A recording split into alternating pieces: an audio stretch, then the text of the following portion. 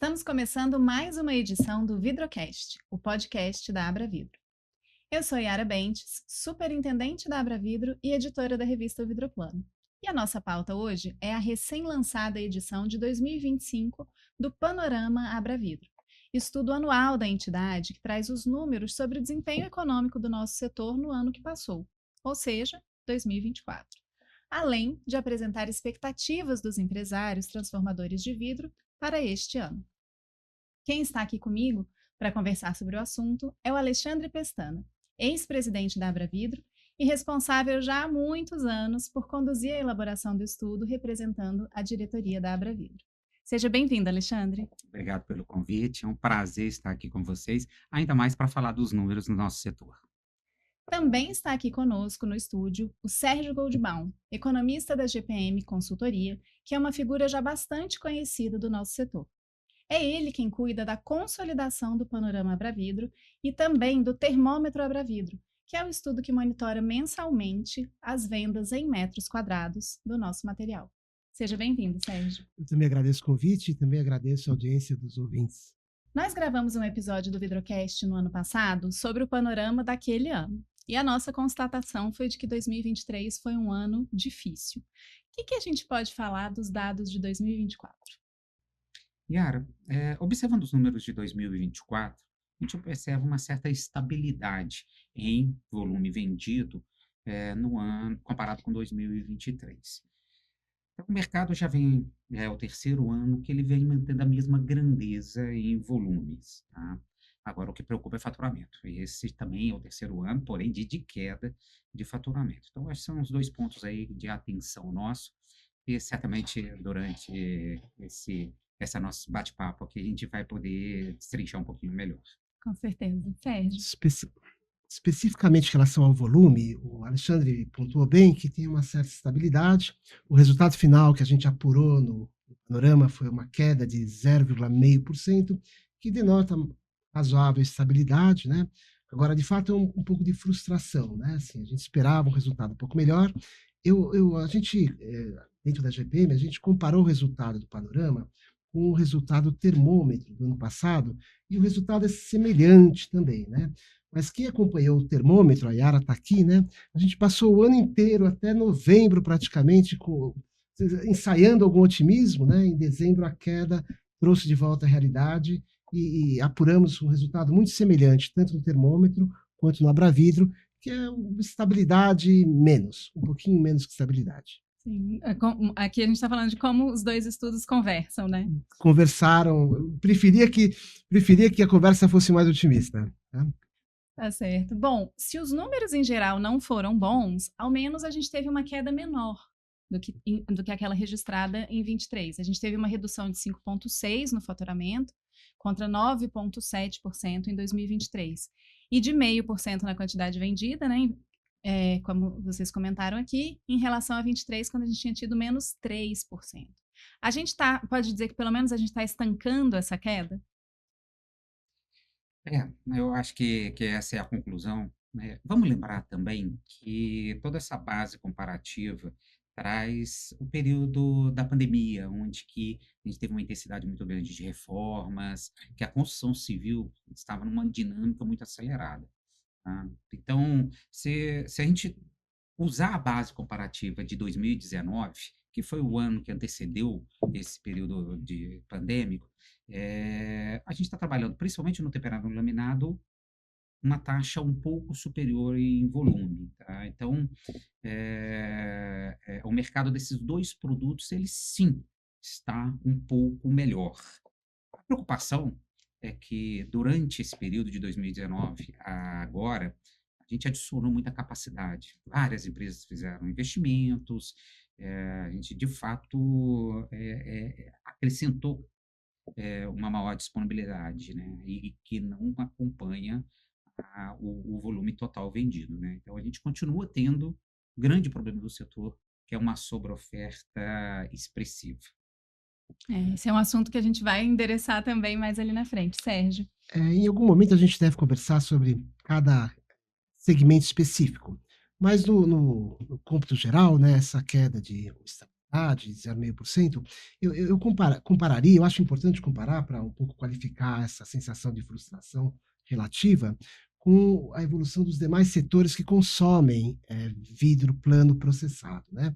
Porque quase todos eles apresentaram um resultado bastante razoável em 2023, 2024, perdão. Não de um crescimento, sabe, expressivo, mas de uma boa recuperação, de um crescimento ameno. Então, tanto automotivo, quanto construção civil, quanto eletrodomésticos, moveleiro, todos esses setores performaram razoavelmente bem em 2024 e um pouco a nossa expectativa era de que o setor de vidro processado acompanhasse, mesmo que a gente saiba que às vezes tem alguma defasagem entre os setores, especialmente de construção civil, né, e vidro, que acho que, assim, talvez o Alexandre me corrija, acho que entra no final, né, o vidro, né, Não, no fim. é exatamente É isso isso. aí.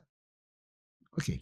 E aqui você acha que a gente atribui essa diferença da performance dos setores que demandam vidro e do setor de vidros propriamente? Estou apostando nessa defasagem, mas não tenho certeza, até porque esse resultado bom, resultado, não é um resultado bom, é um resultado razoável que a gente viu nesses vários setores que consomem vidro processado, tem muita incerteza sobre o comportamento deles neste ano 2025. Não só por conta da situação, mais por conta da situação internacional do que da situação doméstica no Brasil, né? E também pela questão das importações, que é um outro assunto muito complexo. Agora, Sérgio, olhando os números do panorama, tem um produto que é muito típico de obras novas, que é o vidro laminado, e esse, de fato, teve um crescimento expressivo. Tanto que o número de 2024 ele é superior, inclusive, ao período de pandemia de 2021, 2020, 21 e até Isso. 22, tá? Que é, como eu falei, um produto muito usado em novas obras. A preocupação maior está lá no temperado, que é o maior Isso. produto da nossa cadeia produtiva, não automotivo, né? E esse sim, ele vem performando um pouco com um desempenho pior do que o laminado. Então, esse é um ponto de preocupação. Mas o laminado, eu acho que exemplifica um pouco esses números que você está Então, falando. não só o laminado. Agora a gente entra nos segmentos, né?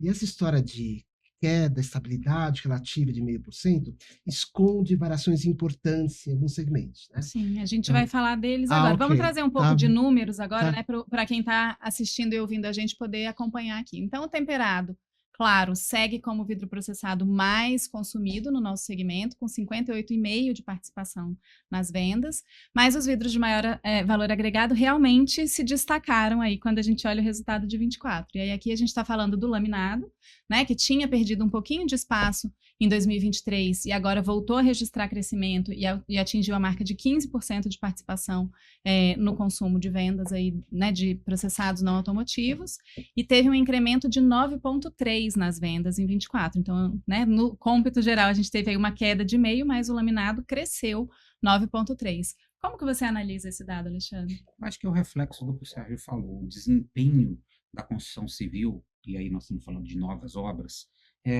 ele é muito bom, né? Eu acho que o crescimento foi na faixa de 4% no ano passado, do PIB da construção civil, né? Então, o laminado reflete isso, tá? Um produto típico de envoltória, típico de novas obras. Então, acho que está alinhado o desempenho do setor a isso. Acho que também traz uma melhora, uma maior sofisticação nas especificações de vidro, tá? Então, nós estamos vendo vidros processados substituindo vidros de baixa qualidade ou de baixo desempenho, melhor dizendo, né? Então, o laminado acho que reflete um pouco disso. Eu creio que é o segundo melhor número Isso mesmo. histórico de vendas de vidro laminado agora em 2024. Então, é realmente uma boa notícia para o setor, duplamente, pelo crescimento, do que é o terceiro maior produto, né? Perdendo para o temperado e para o espelho, mas então ele está se desenvolvendo, e essa questão também da sofisticação e do maior valor agregado dos envidraçamentos que a gente vem observando no Brasil. A gente está falando do laminado, e o laminado, de fato, a gente tem mais o que falar sobre ele, especialmente por conta do faturamento. Mas ainda não nos referimos aos insulados, né? Os insulados também vêm crescendo há alguns anos, não é só esse ano agora. O ano retrasado também cresceu, e eu acho importante notar o aumento da participação dos insulados também. Agora, voltando à questão expectativa da construção civil, eu acabei de olhar agora no site do Sinduscon, né, que assim, a expectativa dos empresários da construção civil para 2025 continua positiva no último levantamento, né, da sondagem que eles fazem, em março, né?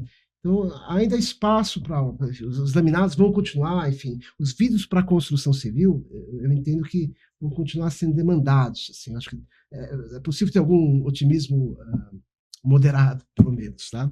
Para 2025. E aí, quando a gente fala dos laminados, a gente não pode deixar de comentar as importações, né? No ano de 2024, a gente teve 27 mil toneladas de vidros laminados importados entrando no Brasil, um crescimento de 35% em relação a 23 e 565% em relação a 22, né? Em 2022, a gente tinha ali 4.300 toneladas e esse número evoluiu bastante.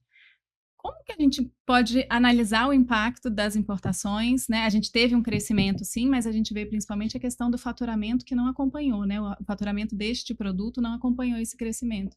Alexandre, como que a gente entende isso? Eu acho que quando a gente vai falar, ainda mais nesse ano de 2025, de comércio internacional, há uma única certeza: nenhuma. Nenhuma. A dúvida impera, né? A gente está vendo uma reconfiguração do comércio internacional.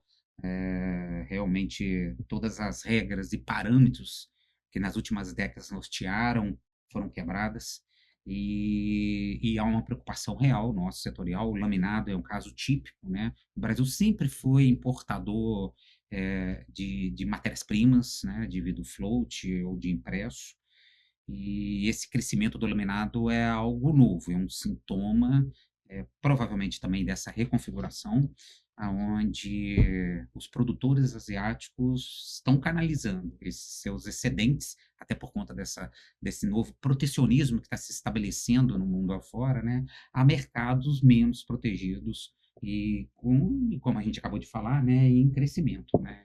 Então, a gente vê com bastante preocupação em nós, como fabricantes, né, esse grande volume. Vamos lembrar que, se a gente anualizar o atual ritmo de importação de vidro laminado, ele aproxima de 30% do consumo doméstico. Algo completamente inédito para vidros processados e que deixa uma inquietação no setor. E uma sucessão de recordes históricos, né? 2023 foi recorde histórico e 2024 superou o número de 23. Foi um recorde de déficit muito impressionante. O aumento da importação, isso em 2024. Portanto, antes dessa, quer dizer, talvez já no início dessa movimentação que o Alexandre está mencionando, sobre essa grande confusão que se iniciou no panorama do comércio mundial a partir da eleição do Trump. E aí eu espero não estar abusando da terminologia, né? Mas assim, são pelo menos 3 movimentos, né? Um é destruição de comércio entre a China e os Estados Unidos. Então, o comércio que havia entre a China e os Estados Unidos foi destruído nesses 2 meses. Talvez seja retomado, mas assim, o estrago está feito, né? O segundo é deflexão de comércio, que é muito importante, né? O vidro, não só o vidro, os produtos que a China vendia para os Estados Unidos vão ser defletidos para outros destinos. Então, se a gente está preocupado com o gráfico da balança comercial de 2024 para vidros laminados, né, receio dizer, né, aguarde 2025, porque assim, a perspectiva, se o governo não tomar medidas, né, de acerto pode vir uma enxurrada de produtos chineses em vários setores. Sérgio, ilustrando isso, a Yara comentou que no ano passado nós fechamos com 27 mil toneladas de importação de laminado. Neste momento, com 4 meses fechados, nós estamos com quase 15 mil toneladas. Então, se a gente projetar, anualizar o atual volume de importação de laminado, serão 45 mil toneladas. Quase o dobro do ano passado, que já foi um recorde histórico. Então, isso traduz o que você está falando aí sobre essa reconfiguração e esse redirecionamento do comércio internacional. Deixa eu só completar, eu falei que são 3 movimentos, né? A destruição de comércio, a deflexão de comércio, tem também o desvio do comércio, ou seja, os Estados Unidos vai desviar as importações da China para outras origens, talvez do Brasil, mas não acho que é desse setor, sabe? Outros setores da economia brasileira talvez vão se beneficiar disso, talvez soja, está mencionando, né? Alguns setores também se beneficiam. Mas eu acho que a indústria de vidro deve estar muito preocupada com a evolução do comércio mundial esse ano. Eu acho que a indústria inteira de transformação no Brasil está muito preocupada. Tem que estar No de olho caso do aberto. vidro, mais da metade do vidro produzido no mundo é na É China. na China. Então, na medida que o principal mercado Fechou as portas, né? fechou as portas, e é isso mesmo que está acontecendo, realmente esse excedente vai ser canalizado. E os canais logísticos, comerciais para o Brasil já estão estabelecidos. Eu diria assim que os desequilíbrios já estão aí. Ainda que o Donald Trump, volte tudo hoje, né? No primeiro trimestre de 2025, houve grande importação norte-americana, esperando, sabe, aguardando, se antecipando, né? E agora, assim, mesmo que ele volte, sabe, o desequilíbrio do comércio mundial Já tá em posto. vários setores já é uma realidade. Até porque implementou-se insegurança. Isso. E quando você fala de investimento, de direcionamento de estratégias, de alocação Longo de prazo, capacidades, isso, etc., é um ambiente bastante. desafiador, Uhum. para dizer o mínimo, né? O capital não gosta disso, Não, né? não gosto de previsibilidade. Então, eu acho que mesmo que os Estados Unidos volte atrás, a reconfiguração é inevitável. Então, nós temos que ver como é que vai ser esse comportamento, em especial na Ásia, mais especificamente na China, como que ela vai ofertar esse excedente dela, que não é pouco, né, mundo afora. E o Brasil certamente está na lista prioritária disso aí, eu não tenho dúvidas. Bom, falamos aqui um pouco do laminado, agora vamos voltar então para o insulado, que é esse outro produto que também teve um resultado importante, né? A gente teve um acréscimo em volume de 49,3%. Quando a gente fala em valores absolutos, ainda é pouco, foram 556 mil metros quadrados, atingindo pela primeira vez a marca de 1% ali dos vidros. Mas se a gente considerar que esse é um vidro que tem um potencial imenso e ainda é muito pouco utilizado no Brasil, essa é uma ótima notícia em meio a tantas preocupações, né, Alexandre? Não há dúvida. Talvez a melhor notícia que o Panorama trouxe foi esse desenvolvimento no consumo de vidro insulado. Para ser verdade, é uma frustração da nossa cadeia produtiva o baixo desempenho desse produto, que é tão usado, e não vou falar só em mercados maduros em consumo de vidro, não. Aqui no próprio América do Sul, você tem vários países, Chile, Argentina, que tem um consumo expressivo dessa solução. Uma solução que, tecnicamente, reúne o que há de melhor que a gente tem a oferecer para o usuário, né, para um sistema de vidraçamento. Então, é com ótima expectativa que a gente vê, e se eu puder dar um palpite, eu acho que a gente está iniciando uma nova era desse produto, em especial na construção civil, onde, de fato, ele tem o maior potencial de crescimento e aonde o desempenho era muito, muito ruim. Eu acho que são os dois principais resultados importantes do panorama: o resultado de laminados e de insulados. Os dois cresceram na produção, também cresceram, ficaram meio estáveis no faturamento, apesar da grande importação de laminados, mas eles contradizem aquele resultado da estabilidade que a gente mencionou no começo. Quando a gente abre para os segmentos, a gente vê resultados mais diferentes. Tá? Embora tenha estabilidade, os segmentos se comportaram de maneira distinta, na média deu estabilidade.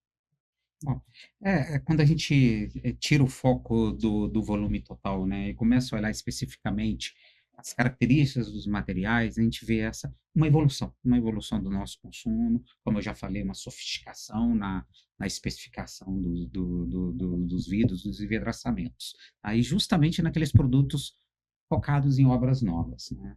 O temperado, que é o grande produto da indústria de processamento de vidro no Brasil, ele tem uma capilaridade, ele tem uma multiplicidade de aplicações maior. Tá? E aí que tem um ponto de preocupação e uma grande discussão dentro da nossa cadeia, né? As reformas, que são tipicamente usuárias do vidro temperado, tá? Como é que elas estão desempenhando? A gente não consegue monitorar isso, a gente não tem indicadores que dão pistas de como que está isso. Algo que foi tão evidente, tão Durante a forte pandemia, durante a pandemia, né? consumo formiga.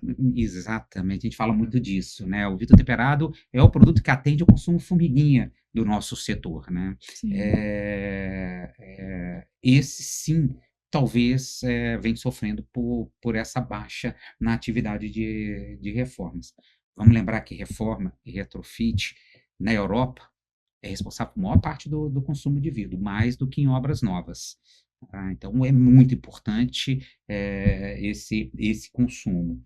E talvez é ele que venha puxando um pouco para baixo o nosso desempenho, tá? Apesar dos indicadores de construção civil estarem positivos eu acho que há alguns anos, inclusive, né? Bom, a gente falou aqui de faturamento e de quantidades vendidas, então eu vou para a próxima pauta que associa os dois temas, que é produtividade.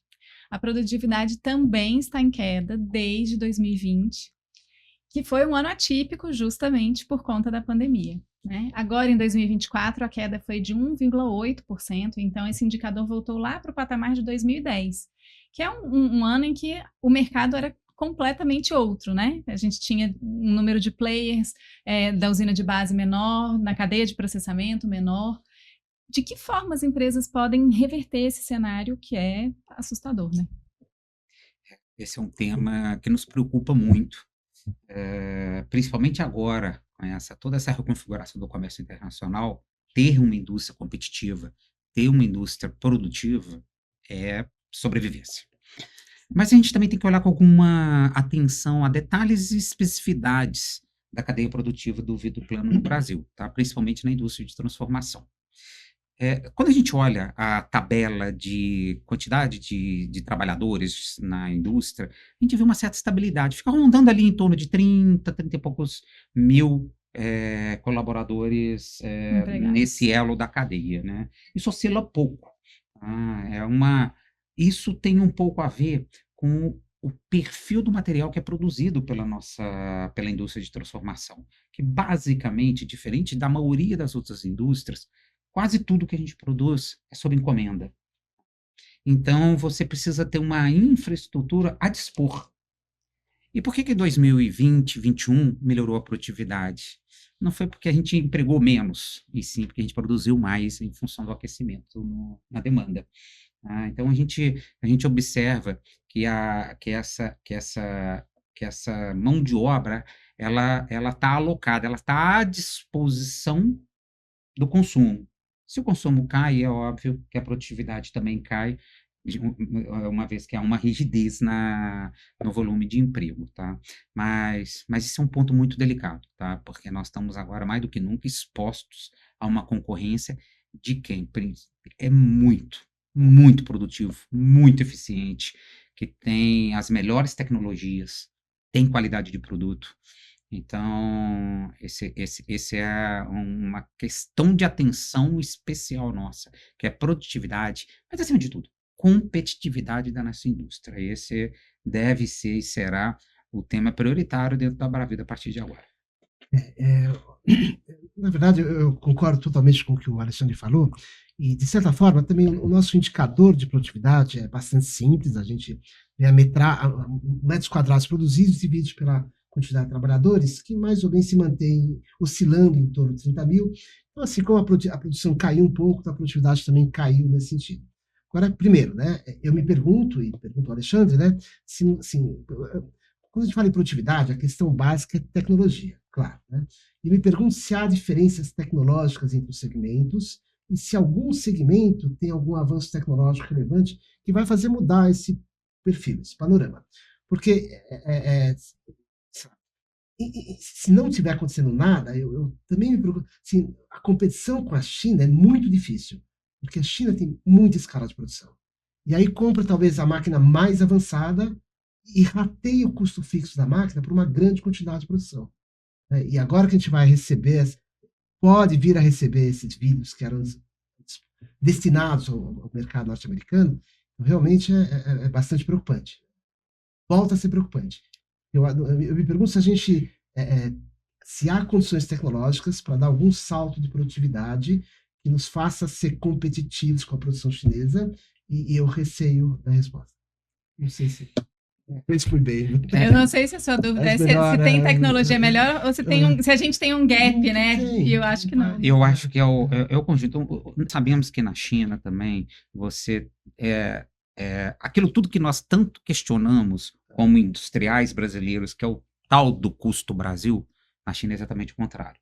O que é ônus para a gente, lá na China, tudo joga a favor do ganho de competitividade, em todos os aspectos, desde subsídio de investimento, custo de energia, custo de mão de obra, obrigações ambientais, obrigações trabalhistas. Então, esse conjunto que é um ônus, que é uma carga extra na competitividade da indústria brasileira, e não diferente da indústria de transformação de vidros brasileira, na China é exatamente o contrário, só joga a favor, né?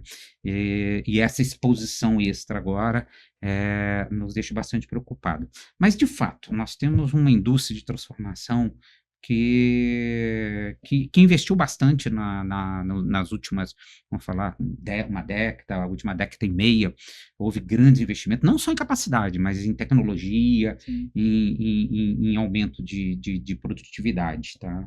Sempre tendo em vista também a característica do produto típico da indústria de transformação de vidros com foco na construção civil, que é um produto sob encomenda. Tá? Algo que dificilmente, nesse perfil, é possível um chinês concorrer.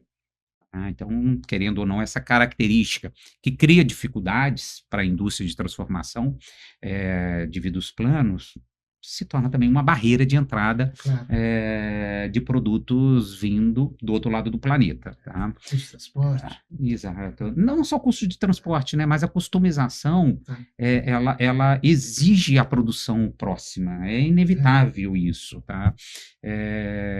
E também não é a expertise do chinês. Né? O chinês é escala. O chinês é padrão. Mas não é customização. Mas não a customização, né? A indústria não está setada dessa forma, que é o nosso caso, tá?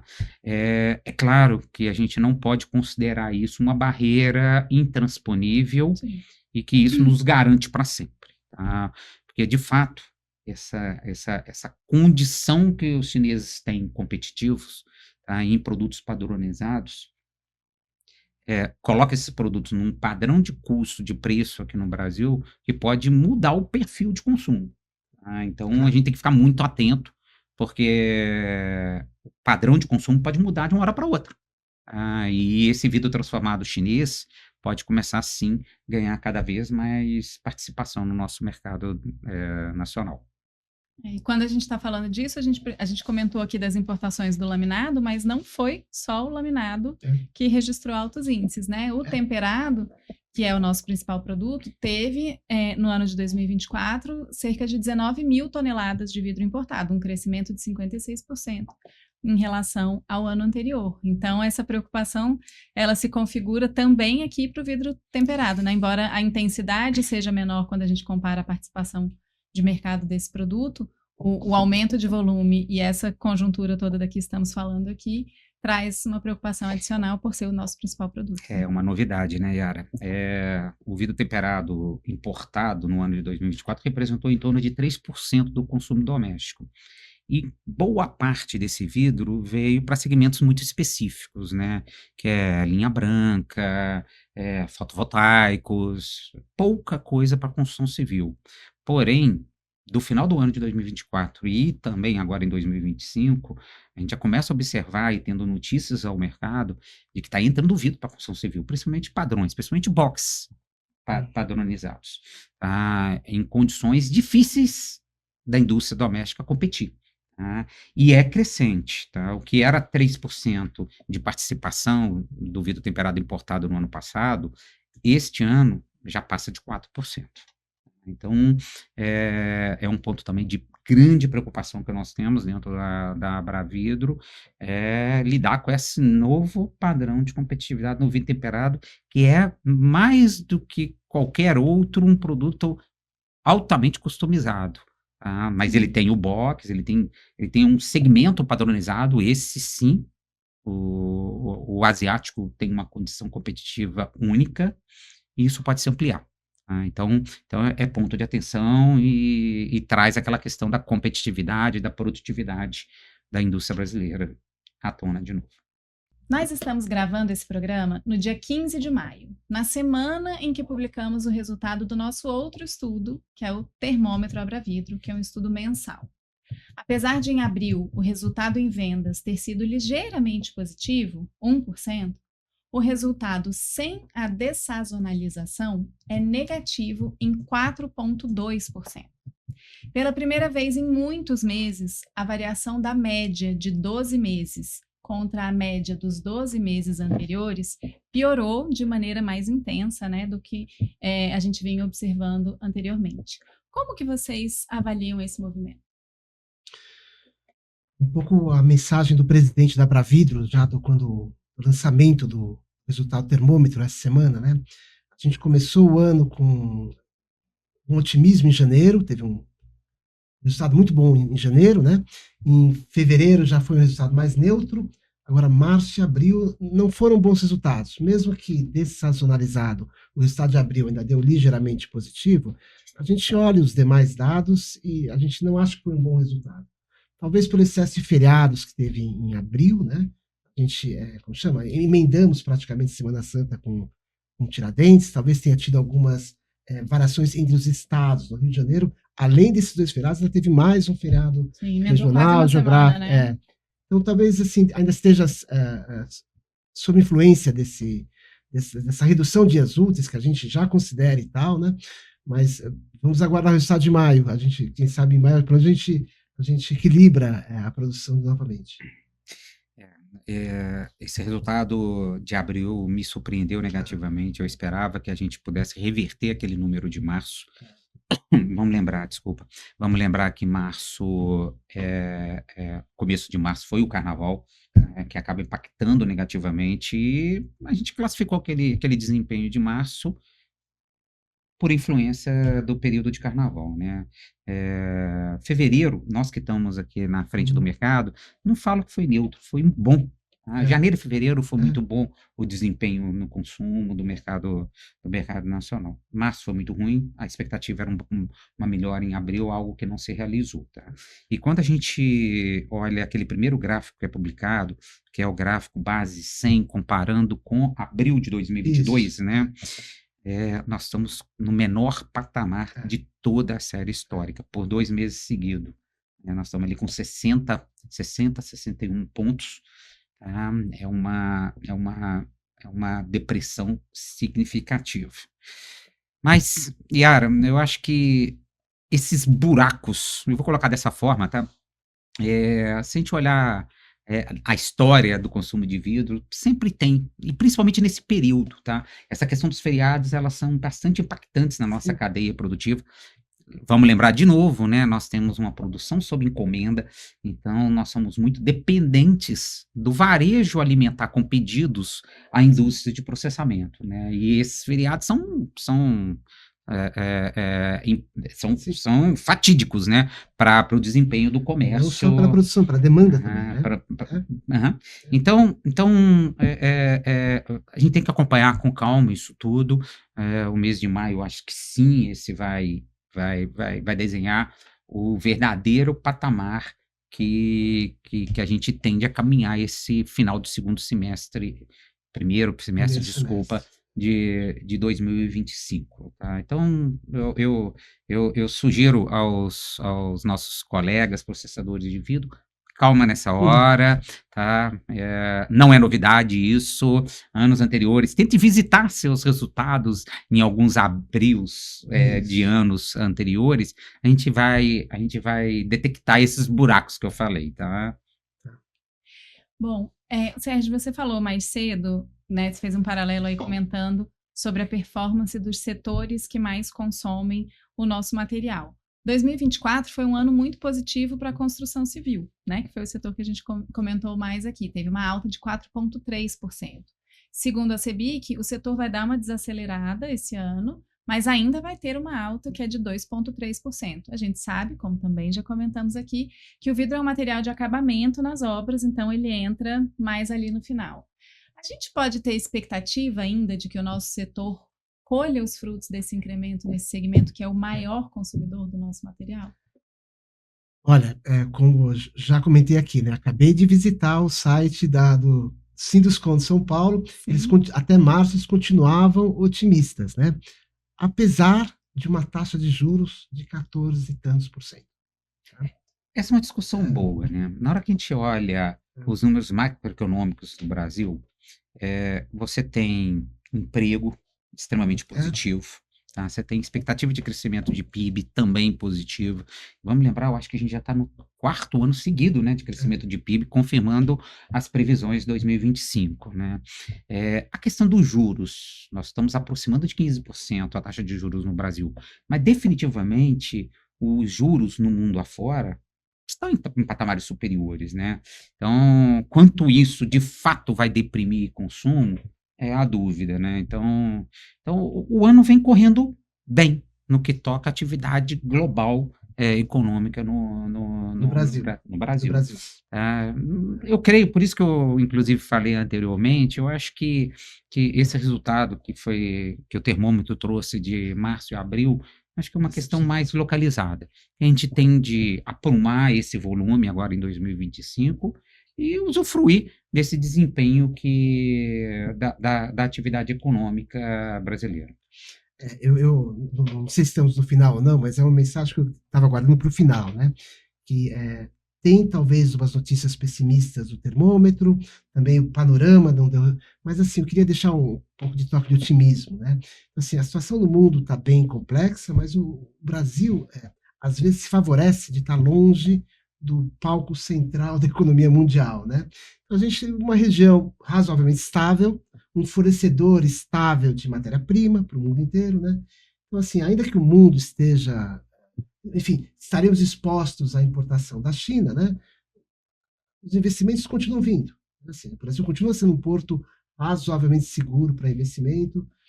Não sei, com algum cuidado, eu tenho algum otimismo com cuidado, é isso. Eu acho que essa é uma questão importante que você tá colocando aqui agora. De fato, a gente tem uma grande turbulência no mundo. Isso. E aonde há turbulência, há riscos, E mas há oportunidades. oportunidades. E de fato, nós estamos afastados desse palco, né? Do hemisfério norte, E às vezes onde é que a bom. coisa está fervendo. Às vezes Neste é bom. momento é bom, né? Muito útil esse distanciamento. E há grandes Sim. oportunidades, né? A gente está vendo aí o agronegócio, Sim. de fato, ele vai sair mais forte. Ele saiu mais forte naquele primeiro mandato do Sim. Trump, que ele ensaiou mudanças estruturais no comércio. O agronegócio, ele acabou mudando de patamar no comércio internacional. Como você falou, nós somos fornecedores de matéria-prima. Então, eu creio que a gente precisa de atenção agora. Há Isso. pontos que precisam ser bem monitorados. As empresas precisam acompanhar esse ambiente que é de incerteza, mas dentro da incerteza sempre vai ter uma oportunidade, principalmente, e aí vou repetir de novo o que você falou, acho que é importante, esse afastamento do palco. É importante o Brasil ter se posicionar de forma neutra nessa guerra. O mundo está se polarizando, e a gente ainda pode usufruir o melhor desses dois mundos. As ameaças estão aí, mas as oportunidades também. Durante toda a nossa conversa, a gente falou aqui um pouco de 2024, também um pouco de cenário de 2025, e é importante a gente lembrar que o Panorama também faz esse exercício, né? Ele olha e traz um retrato da performance da cadeia de processamento no ano de 2024, mas a gente finaliza o questionário com perguntas de perspectivas para o ano vigente. Vamos lembrar que a gente capta, né? A gente recebe os dados das empresas processadoras entre os meses de janeiro e abril, então a gente teve aí o primeiro quadrimestre de coleta de dados, e a gente vê nesses resultados que 49,1% dos processadores têm expectativa de aumentar o faturamento esse ano. Há razões para esse otimismo? Yara, como já foi dito, há uma expectativa de crescimento do PIB da construção civil. O próprio PIB Brasil também ele tem uma expectativa de crescimento. Nós estamos vendo que o desemprego está nos seus índices mais baixos históricos. Então, você tem uma configuração macroeconômica que permite ser otimista. Um otimismo moderado, mas sim otimista. Eu acho que é isso que aquela pesquisa qualitativa traz quanto a visão do empresariado sobre o aumento de faturamento. Tá? Não foi bem o que a gente observou nos últimos anos, ainda mais no ponto faturamento. Né? Foram 3 anos de quedas acentuadas, né? Que talvez forme uma base deprimida que permita esse crescimento em 2025. A ver. Olha, eu colocaria também no horizonte, também com cuidado, né, o ciclo político. Ou seja, a partir do final desse ano, talvez assim, o ciclo político comece a fazer sentido na construção civil, ou seja, os governadores precisam começar a terminar as obras. Né?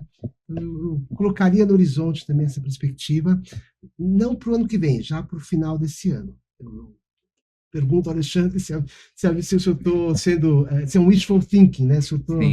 Ah, que pena. Né, mas olha só, eu estou procurando me afastar um pouquinho das questões políticas, porque a política é situacional. Eu estou querendo olhar isso de uma forma mais estrutural. Tá? Então, quando a gente fala de preocupações, de reconfiguração de comércio, nós estamos falando para a próxima década. Sim. Tá? É claro, com impactos já sentidos, mas a efetividade é para um período mais longo. Então, não estou querendo cair nessa armadilha da questão política, eu não quero falar aqui de déficit fiscal, não quero entrar nessa seara, porque, volto a falar, isso é circunstancial. Né? Os ciclos políticos voltam, mas as empresas ficam, os mercados ficam. Então mas existe o ciclo político? Eu te pergunto, não precisa nem, pode até cortar. Não, claro que existe. Ele de fato, ele impacta. Isso é fato, tá? O vidro é um material de estrutura, de infraestrutura, né? Então, na medida que se acelera os investimentos públicos, algo também que a gente tem que pensar que não há muito o que se gastar, né? Porque, de fato, não só o governo federal como o governo estadual, olha eu caindo na armadilha política, mas eles já estão estrangulados. A capacidade de investimento do Estado brasileiro, não importa qual ente, é limitadíssima, né? Atualmente. Então... Mas eu estou de acordo que é muito interessante observar, digamos assim, de uma perspectiva mais de longo prazo, as mudanças nas cadeias de produção global. Eu acho que isso o setor tem que estar acompanhando esse movimento com atenção. Recentemente, a gente teve a oportunidade de receber um gestor europeu aqui, e ele já traz uma realidade na Europa, né, que vidros processados estão sendo invadidos pelos asiáticos. Tá? Que a indústria de processamento europeia sofre demais com isso. Aquilo que é padronizado, já foi. A Europa é aberta, ela tem uma interação com o comércio internacional muito maior do que o Brasil. E lá, isso já virou uma realidade. A indústria de transformação de vidros planos europeia está passando um dos piores momentos, esse agora. Não só por uma atividade econômica baixa da Europa, em função de todo o contexto, quanto também essa invasão de produtos asiáticos. Né? Então, realmente, quando a gente olha de forma estrutural, o Brasil sempre vai ter oportunidade. Né? Nós temos aqui, nosso consumo talvez não esteja batendo nem a 8 quilos por habitante. A Europa é 20. Nós podemos dobrar e ainda a gente não atinge o número da Europa. Então, isso é oportunidade efetiva mesmo. Agora só precisa de um pouco mais de cautela, porque quando a gente olha a situação econômica do mundo, a incerteza impera. A gente vê esse otimismo no faturamento, mas ele não se transfere, por exemplo, para um outro indicador, que é a intenção de investimento. Nesse ano, a gente tem 60% dos respondentes dizendo que farão poucos investimentos e 21,8% dizendo que não farão investimentos. É interessante ver essa diferença de olhar para dois temas que, de alguma forma, se relacionam, né? Como vocês veem isso? Você vai trazer uma outra questão daqui a pouco, que é a questão da ociosidade percebida pelo empresariado, né? Dentro dessa mesma pesquisa qualitativa. O Brasil, por tradição, principalmente na indústria de transformação, ele tem uma capacidade muito maior do que a demanda efetiva, né? Eu acho que é aquilo que eu falei, né? A gente tem muita possibilidade de crescimento de consumo.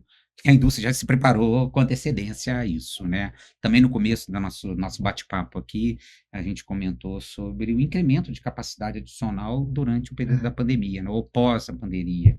Então, efetivamente, a gente tem esses investimentos que não têm perspectiva de serem feitos agora, porque já foram realizados. Tá? É isso que eu tinha para dizer. Então, agora a gente vem aqui com essa questão sobre a ociosidade, que é a última, né, do nosso panorama, mas é indispensável de a gente conversar aqui sobre ela, né, porque esse é um dado que chama bastante atenção. A gente tem 25% das empresas declarando uma ociosidade superior a 40%. E 40% das processadoras afirmam uma ociosidade entre 20% e 40%. Então, a gente tem, né, altos índices de ociosidade declarados por um volume grande de empresas. Como que a gente observa esses números e o que os processadores podem fazer para mudar essa realidade? Primeiro que quando a gente fala de ociosidade, isso vai impactar também a produtividade, é algo que nós já debatemos aqui há algum tempo atrás. Então, ali já reflete um pouco disso tudo, né? Se tem 2 pontos que passa ano, muda década, mas que sempre são os pontos de atenção dentro da Abravidro, são esses 2. Um é esse, o excesso de capacidade de toda a cadeia produtiva do vidro, que começa na usina de base e principalmente na indústria de transformação, e a questão tributária, que também é tão sensível no nosso setor. Mas essa ociosidade, claro que ela gera muitos efeitos perversos, um nível de competitividade insano que nós temos aqui, mas ao mesmo tempo também coloca as empresas para entregarem os seus melhores, né? Porque nada melhor para desenvolver uma empresa do que uma concorrência acirrada, né? Então, hoje temos um padrão de serviço mais elevado dentro da nossa cadeia produtiva, somos mais rápidos, procuramos ter mais qualidade do produto, adicionar serviços extras para os clientes. Então acaba que a gente desenvolve outras coisas, né? Claro que com um custo complicado, que é a baixa rentabilidade, que também se associa sempre a um ambiente sobreofertado, né? Eu só percebo que, de fato, houve um aumento da ociosidade do ano passado para esse ano. A Yara chamou atenção do aumento da ociosidade entre 40% ou mais de ociosidade aumentou, e o outro lado, né, reduziu de 51% para 35% as empresas que informam baixa ociosidade, entre 0% e 20%. É o outro lado desse mesmo fenômeno. A gente tem um número que foi trago também por esse mesmo gestor europeu, que conhece muito o mercado brasileiro, falando o seguinte: a Europa, que tem 400 milhões de habitantes, tem um consumo per capita mais do que o dobro do Brasil, tá? Tem menos formas de têmpera do que o Brasil. Então, isso reflete muito bem essa ociosidade, né? Ilustra de uma forma perfeita essa ociosidade que nós estamos falando, né? Gera uma boa reflexão aí para nós, né, em toda essa discussão. Bom, a gente está caminhando aqui para o final desse programa, e se hoje a gente conseguiu debater números e entender os movimentos do setor, é porque a gente está criando uma cultura de dados no nosso mercado, com processadores participando das nossas coletas de dados para todos os estudos, para o panorama e para o termômetro. Nesse mês em que a Abravidro completa 35 anos, eu acredito que a gente pode considerar que essa é uma das grandes conquistas da Abravidro, né, Alexandre? Não há dúvidas. Eu acho que qualquer setor, qualquer segmento que não tenha o mínimo de clareza que ele representa, ele tende a ser pior do que aqueles que têm, tá? Então, a Bravido, desde 2012, né, ela começou a apurar os números, a gente tem dados, então, desde 2009, então, são 17 anos de indicadores de desempenho, de atividade, que vem balizando a, o olhar da nossa cadeia, né? E certamente faz muita diferença na tomada de decisão das nossas empresas, tá? E eu, pessoalmente, eu não concebo sentar para fazer um planejamento sem ter esses dados que a Bravido produz em mãos, tá? Então, é, é, é, é a maturidade não só do segmento, mas do empresariado também, que cada vez mais está se engajando nas pesquisas da Bravido e melhorando a qualidade das nossas apurações. Eu queria chamar a atenção de que houve um aumento importante da participação das empresas no panorama, o que a gente recebe com imensa alegria, né? E a gente acha que esse aprendizado que a Yara e o Alexandre comentaram em dois momentos: na produção da informação e no consumo da informação. Então, as empresas estarem se organizando para produzir a informação já gera dentro das empresas um benefício que a gente acha incomensurável. E o consumo da informação, poder comparar o resultado da sua empresa com, digamos, uma estimativa do resultado da indústria como um todo, a gente acha que também ajuda as empresas a tomar melhor suas decisões. Certamente. Você que é um especialista em gerar dados, e você, Alexandre, que é um consumidor voraz de dados de diversas fontes, o que vocês acham que são os principais usos que este estudo pode ter para o processador? Você falou, né? Você não admite sentar para tomar decisão sem olhar os números. Que tipo de reflexões os empresários podem fazer a partir das informações que a gente traz no panorama e também no termômetro Abravido? Eu recordo que uma colocação de um diretor nosso na Abravido, que até provocou o termômetro a partir dessa colocação dele, falou assim, gente, quando você está sozinho no mercado, a tua empresa está tendo um desempenho ruim de vendas. O problema é a empresa? O problema é o mercado? Então, na hora que você tem uma referência para poder comparar o seu desempenho, tá, isso dá mais clareza para o posicionamento dessa própria, tá? Então, foi essa colocação que esse nosso diretor fez na época, falando assim, olha, na hora que um concorrente nosso, nós que estamos aqui na Bravida, a gente está acompanhando, mesmo na época não tendo o termômetro, mas tinha um panorama, e a gente está inserido aqui nos processos decisórios do setor. Mas quem está afastado disso tudo, fica perdido, não sabe como se comportar diante aos movimentos naturais do mercado, né? E esses indicadores que a gente produz certamente ocupam essa lacuna, tá? Então, muitos falam assim, nossa, mas o mercado é tão difícil, né? Seria pior se a gente não tivesse esses indicadores. Tá certo. Bom, agora sim a gente se encaminha para o final, e então eu deixo aqui uma oportunidade de que recado vocês deixam para o setor de vidros.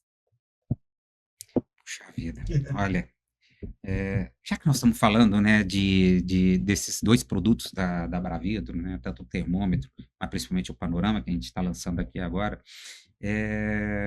o que eu peço para os empresários, para meus colegas vidreiros, participe dessas coletas.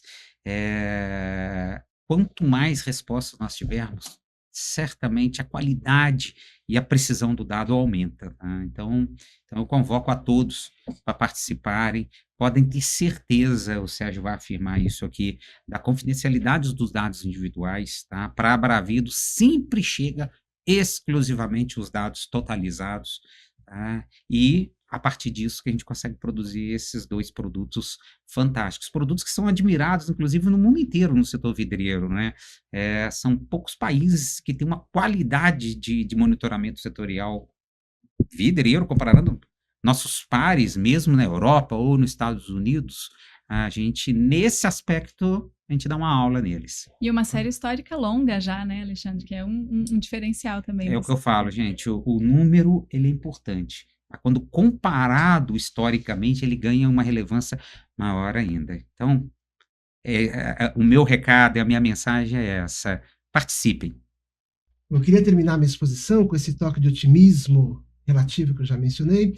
Eu acho que a vida do empresário no Brasil é muito difícil, cheio de desafios, né? Como o Alexandre mencionou, é um momento de muita incerteza, mas também de muitos riscos e muitas oportunidades. E eu diria assim que de tédio não morreremos, tá? Sempre temos novos desafios. Ano passado tinha uns, ano retrasado teremos, e no futuro teremos outros. E eu espero que esse produto que a gente elabora ajude vocês a viverem esses desafios com mais interesse, com mais engajamento e com mais dedicação ao trabalho. Alexandre e Sérgio, muito obrigada pela presença de vocês aqui no nosso Vidrocast e pelo trabalho que vocês realizam para que a gente possa entregar ao mercado vidreiro esses dois produtos de altíssima qualidade e que são referência no mercado, como você já falou, Alexandre. Obrigado a você, Yara. Muito obrigado, Yara, Alexandre e aos ouvintes. Chegamos ao fim desta edição do Vidrocast. O Panorama Abravidro está disponível encartado na edição de maio da nossa revista Vidroplano e também no nosso site. O acesso é gratuito. Aproveite. E muito em breve a gente vai ter também já disponíveis as versões em inglês e espanhol. Fica também o convite para que você nos acompanhe pelo YouTube, Spotify, Deezer e SoundCloud. Agora, além de assistir aos nossos episódios pelo YouTube, é possível assistir também no Spotify. Siga e curta o Vidrocast para sempre receber os nossos conteúdos e acompanhe os nossos canais, incluindo a revista Vidroplano. Até a próxima!